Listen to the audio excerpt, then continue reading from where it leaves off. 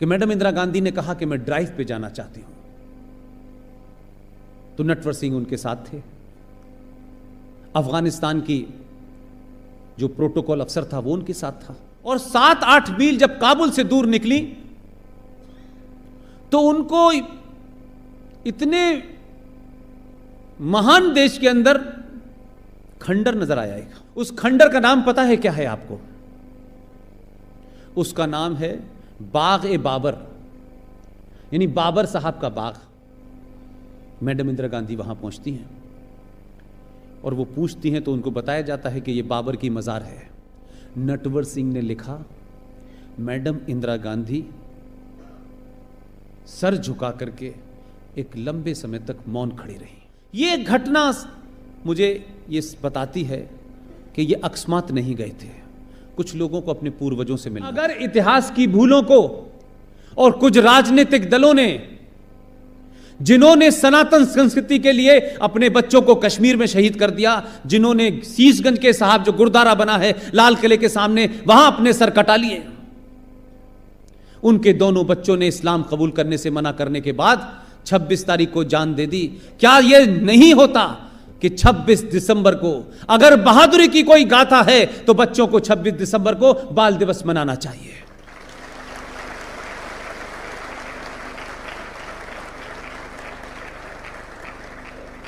और यह घटना सिर्फ छोटी मोटी घटना नहीं है, इसलिए मैं कह रहा हूं कुछ चीजों को आप इतिहास के पॉइंट से देखेंगे तब आपको पता चलेगा कि कैसा कैसा कुछ हुआ है।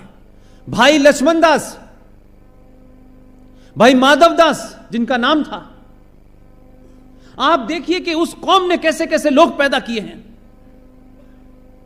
उन्होंने अमृत चखा और यह प्रण किया, यह कसम खाई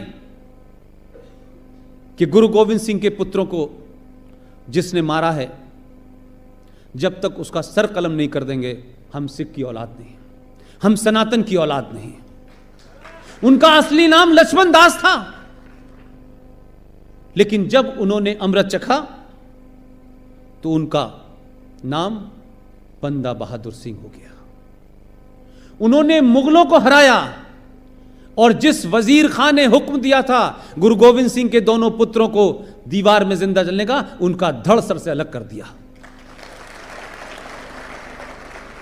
जिस देश के पास ऐसे पराक्रमी लोग हों, ऐसा इतिहास हो, वो 14 नवंबर में कौन सा बहादुर ढूंढ रहे हैं, जिनकी सारी जिंदगी खान बहादुर खां की जूते उठाने में निकल गई, जिनको ट्रांसफर ऑफ पावर से पहले ही, भारत आजाद होने से पहले ही प्रधानमंत्री बना दिया गया, जिनको 14 वोट में से एक भी वोट नहीं मिला। जिसको मिला उसने कहा अगर गांधी जी ये कहते हैं कि नेहरू की हार मेरी हार है, उन्होंने 1 मिनट नहीं लगाया, उन्होंने छोड़ दी कुर्सी। उस रहमो करम पे कुर्सी के पे आप बैठे। और कमाल की बात देखिए, ये बात कल भी मैंने कहा जामनगर में, क्योंकि हमारे लोग ना इतिहास पढ़ते हैं और दूसरों का लिखा इतिहास भी नहीं पढ़ते हैं। भारत की पार्लियामेंट में एक जिक्र आता है, जयप्रकाश नारायण का नाम आप सबने सुना होगा। उन्होंने जो भी किया वो किसी पार्टी के नहीं थे, एक मूवमेंट चलाया, उनकी मृत्यु हो गई। भारत की पार्लियामेंट के अंदर कुछ लोगों ने कहा कि जयप्रकाश नारायण को श्रद्धांजलि दी जानी चाहिए। यकायक कुछ लोगों को आत्मा जाग गई उनकी, वो खड़े हो गए कि जयप्रकाश नारायण तो भारत के पार्लियामेंट के हिस्से नहीं थे, एमपी नहीं थे, उनको हम कैसे दे सकते हैं। बड़ा टेक्निकल बात कही उन्होंने। लेकिन मुझे दुख इस बात का है कि उस वक्त भी अपोजिशन पार्टी में बहुत से बड़े सीनियर लोग थे, बड़े राष्ट्रवादी थे। किसी ने यह सवाल क्यों नहीं उठाया जो सवाल मैं पिछले 10 दिन से उठा रहा हूं। कुंवर नटवर सिंह का नाम सुना है आप लोगों ने?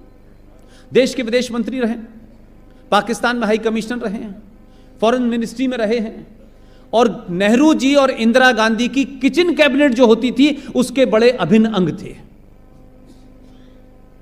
उन्होंने एक किताब लिखी है, वो किताब 2-3 साल पहले मैंने खरीद के रख ली थी,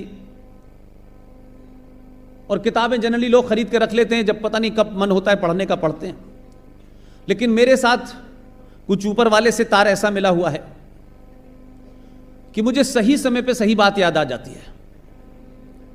मेरे एक साथी हैं जो बनारस हिंदू यूनिवर्सिटी से लॉ की डिग्री करके आए हैं। इस पूरी मुहिम में सब कुछ छोड़ करके, घर बार, नौकरी, एक युवा ओम नरेश यादव मेरे साथ, आपने देखा होगा, छोटे से कद का लड़का, वो यहां भी है। मैंने उनसे कहा कि यार ऐसा कैसे हो सकता है कि ये किताब जो 2 साल से मेरी ड्रॉज में रखी थी, इसको मेरा आज ही पढ़ने का मन कर रहा है। और मैंने रास्ते भर वो किताब पढ़ी, जितना मुझे पढ़ना था मेरे मतलब की बात मिल गई। आप सबको पता होगा, इतिहास में लिखा है, और अगर राष्ट्रवादियों को यह कहने में चिंता होती है कि जब वो ये बात कहेंगे तो थोड़ा सा बहुत ठीक बात नहीं है, उनके लिए मैं आसान कर देता हूं। नटवर सिंह की किताब है, उस किताब का नाम है one life is not enough. ये तो बात उन्होंने सच कही कि सच बोलने के लिए एक जीवन काफी नहीं है, लेकिन उन्होंने इसी जीवन में कुछ सच बोल दिया है। उनकी किताब पेज नंबर 42 पे एक घटना लिखी हुई है। उसे पढ़ने के बाद मैं घंटों यह सोचता रहा कि क्या हमारे देश में सच में लोग इतने बेगाने हैं। उसके पेज नंबर 42 पर क्या लिखा हुआ है, इसलिए कोई शब्द मेरा नहीं है, आप हंस सकते हैं। लॉर्ड माउंटबेटन का नाम सुना ही होगा आपने, क्यों सुना है आपने? सच बताइए कि भारत के गवर्नर जनरल थे बस? नहीं, आप भी जो है, लॉर्ड माउंटबेटन की पत्नी का नाम था एडविना माउंटबेटन। मैं अपनी तरफ से इसमें कॉमा फुल स्टॉप नहीं लगा रहा हूं, अंग्रेजी का तर्जुमा कर रहा हूं, इस रूप उसका ट्रांसलेशन कर रहा हूं। Edwina Mountbatten fall in love with Nehru ji. इसका हिंदी में अर्थ है कि एडविना जी को, जो माउंटबेटन की पत्नी थी, उन्हें नेहरू जी से इश्क हो गया था। और नेहरू जी इस मामले में बड़े खुले मन के थे, कभी गलत तरीके से, हमेशा पॉजिटिवली रेसिप्रोकेट करते थे। लेकिन मेरा ये मतलब कतई नहीं है, नेहरू जी की शान में मैं कुछ नहीं कहना चाहता। विजनरी प्रधानमंत्री थे, पहले प्रधानमंत्री थे, लेकिन सवाल मेरा जो है वो सीरियस है।